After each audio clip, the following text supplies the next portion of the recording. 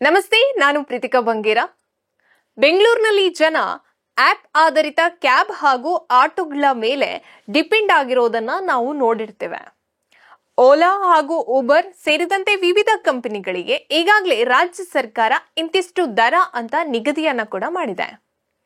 ಆದ್ರೆ ಈ ರೀತಿ ಇದ್ರೂ ಕೂಡ ಕೆಲವೊಬ್ರು, ಅಂದ್ರೆ ಎಲ್ರು ಅಂತ ಹೇಳ್ತಾ ಇಲ್ಲ, ಮಳೆ ಬಂದ್ರೆ ಒಂದು ರೀತಿಯಲ್ಲಿ ಅಥವಾ ಪೀಕ್ ಅವರ್ಗಳಲ್ಲಿ ಒಂದು ರೇಟ್ ಇರೋದು, ಈ ಬಗ್ಗೆ ಆಗಾಗ ಸಾರ್ವಜನಿಕರು ಆರೋಪವನ್ನ ಮಾಡ್ತಾ ಇರೋದನ್ನ ನಾವು ಸುಮಾರು ಸಲ ಕೇಳಿರ್ತಾ ಇವೆ. ಇನ್ನು ಬೆಂಗಳೂರಿನಲ್ಲಿ ಹೊಸ ಕಂಪನಿಗಳು ತಮ್ಮ ಸೇವೆಯನ್ನ ಪರಿಚಯಿಸೋದು ಹೊಸತೇನಲ್ಲ. ಈಗಾಗಲೇ ಆಟೋ ಚಾಲಕರೇ ಸೇರಿಕೊಂಡು ಹೊಸ ಕಂಪನಿಯನ್ನ ಆರಂಭಿಸಿದ್ದಾರೆ. ಇದೀಗ ಅದಕ್ಕೆ ಹೊಸ ಸೇರ್ಪಡೆ ನಗರ ಮೀಟರ್ ಆಪ್.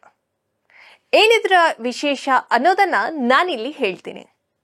ಬೆಂಗಳೂರಿನ ಬಹು ದೊಡ್ಡ ಸಮಸ್ಯೆ ಅಂದ್ರೆ ಎಂಡ್ ಟು ಎಂಡ್ ಕನ್ವಿನಿಯೆಂಟ್ ಇಲ್ಲದೆ ಇರೋದು.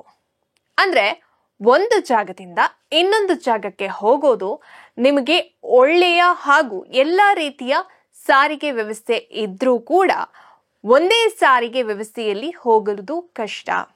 ಬಸ್ನಲ್ಲೇ ಎಲ್ಲ ಕಡೆ ಹೋಗ್ತೀವಿ ಅನ್ನೋದಕ್ಕೆ ಆಗಲ್ಲ. ಮೆಟ್ರೋ ಸೇವೆ ಇದ್ರೂ ಕೂಡ ಬೆಂಗಳೂರಿನಲ್ಲಿ ಎಲ್ಲಾ ಪ್ರದೇಶಕ್ಕೂ ಹಾಗೂ ಕೆಲವೊಂದು ಭಾಗಗಳಿಗೆ ಇನ್ನೂ ವಿಸ್ತರಣೆ ಆಗಿಲ್ಲ. ಇದಕ್ಕಾಗಿ ನಾವು ಎಲ್ಲರೂ ಕೂಡ ಅನಿವಾರ್ಯವಾಗಿ ಬಸ್ ಅಥವಾ ಕ್ಯಾಬ್ಗಳನ್ನ ಅವಲಂಬಿಸಲೇಬೇಕಾಗತ್ತೆ. ಇದಕ್ಕೆ ಕೆಲವು ಆಟೋ ಚಾಲಕರು ಹಾಗೂ ಕ್ಯಾಬ್ ಆಪ್ಗಳು ಕೂಡ ಬಂಡವಾಳವನ್ನ ಇರಿಸಿಕೊಂಡಿರುತ್ತವೆ.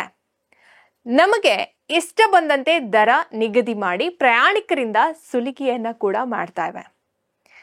ಇದೀಗ ಈ ರೀತಿ ಜನರನ್ನ ಮೋಸ ಮಾಡ್ತಾ ಇರೋರಿಗೆ ಬುದ್ಧಿ ಕಲಿಸುವಂತೆ ಹಾಗೂ ಪ್ರಯಾಣಿಕರಿಗೆ ಅನುಕೂಲವಾಗುವಂತೆ ಯುವಕರಿಬ್ರು ನಗರ ಮೀಟರ್ ಆಪ್ ಅನ್ನ ಬಿಡುಗಡೆ ಮಾಡಿದ್ದಾರೆ. ಆ ಯುವಕರು ಯಾರು ಅನ್ನೋದಾದ್ರೆ ನಿರಂಜನ್ ಮತ್ತು ಶಿವು ಎಂಬ ಯುವಕರು ಈ ವಿನೂತನ ನಗರ ಮೀಟರ್ ಆಪ್ ಅನ್ನ ಪರಿಚಯಿಸಿದ್ದು ಗ್ರಾಹಕರಿಂದ ಒಳ್ಳೆಯ ಅಭಿಪ್ರಾಯ ಕೂಡ ಇಲ್ಲಿ ಕೇಳಿ ಬರ್ತಾ ಇದೆ. ಈ ಹೊಸ ನಗರ ಮೀಟರ್ ಆಪ್ನ ಮೂಲಕ ಬೆಂಗಳೂರಿನಲ್ಲಿ ಆಟೋ ಮತ್ತು ಕ್ಯಾಬ್ ಚಾಲಕರು ಮೀಟರ್ ಹಾಕಿ ಗಾಡಿ ಓಡಿಸಬಹುದಾಗಿದೆ. ಇನ್ನು ಈ ಆಪ್ ಪರಿಚಯಿಸಿದ ಕೆಲವೇ ದಿನಗಳಲ್ಲಿ ಸಿಕ್ಕಾಪಟ್ಟೆ ಫೇಮಸ್ ಆಗಿದೆ. ಈ ಆಪ್ನಿಂದಾಗಿ ಇನ್ಮುಂದೆ ಹೆಚ್ಚು ದರ ಪಡೆಯುವ ಕೆಲವರು ಮೋಸದ ಜಾಲಕ್ಕೆ ಕಡಿವಾಣವನ್ನ ಹಾಕುವಂತಾಗಿದೆ ಈ ಆಪ್. ಇನ್ನು ಆಪ್ ಅನ್ನ ಈಗಾಗಲೇ ಬೆಂಗಳೂರಿನಿಂದ ಆದ್ಯಂತ, ಅಂದ್ರೆ ಎಲ್ಲ ಕಡೆ ಬೆಂಗಳೂರಿನಲ್ಲಿ 6,500ಕ್ಕೂ ಹೆಚ್ಚು ಆಟೋ ಚಾಲಕರು ಡೌನ್ಲೋಡ್ ಅನ್ನ ಮಾಡಿಕೊಂಡಿದ್ದಾರೆ. RTO ನಿಯಮದ ಅನುಸಾರವಾಗಿ ಈ ಆಪ್ ಕಾರ್ಯವನ್ನ ನಿರ್ವಹಿಸ್ತಾ ಇದ್ದು ರಾಜ್ಯ ಸರ್ಕಾರದಿಂದ ಅಗ್ರಿಗೇಟರ್ ಲೈಸೆನ್ಸ್ ಅನ್ನ ಕೂಡ ಪಡೆಯುವ ಈ ಕಂಪನಿಯು RTO ನಿಯಮದ ಅನುಸಾರವಾಗಿ ಪ್ರಯಾಣಿಕರಿಂದ ದುಡ್ಡನ್ನ ಪಡೆದುಕೊಳ್ತಾ ಇದೆ. ಆದ್ರೆ ಕೆಲವರು ಹೆಚ್ಚು ಹಣ ಪಡೀತಾ ಇರುವಂತ ಆರೋಪ ಇದೆ.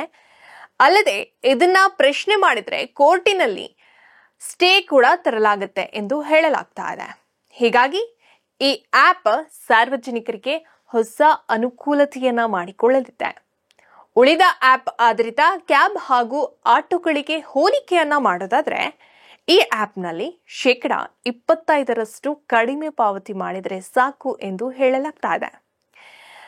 ಈ ಬೆಂಗಳೂರಿನಲ್ಲಿ ಈ ಆಪ್ ವರ್ಕೌಟ್ ಆಗುತ್ತಾ ಅನ್ನೋದು ನಮ್ಮ ಈ ಪ್ರಶ್ನೆ. ಆದ್ರೆ ಸಾರ್ವಜನಿಕರಿಗೂ ಕೂಡ ಒಳ್ಳೆಯದು, ಎಲ್ರಿಗೂ ಕೂಡ ಒಳ್ಳೇದಾಗತ್ತೆ.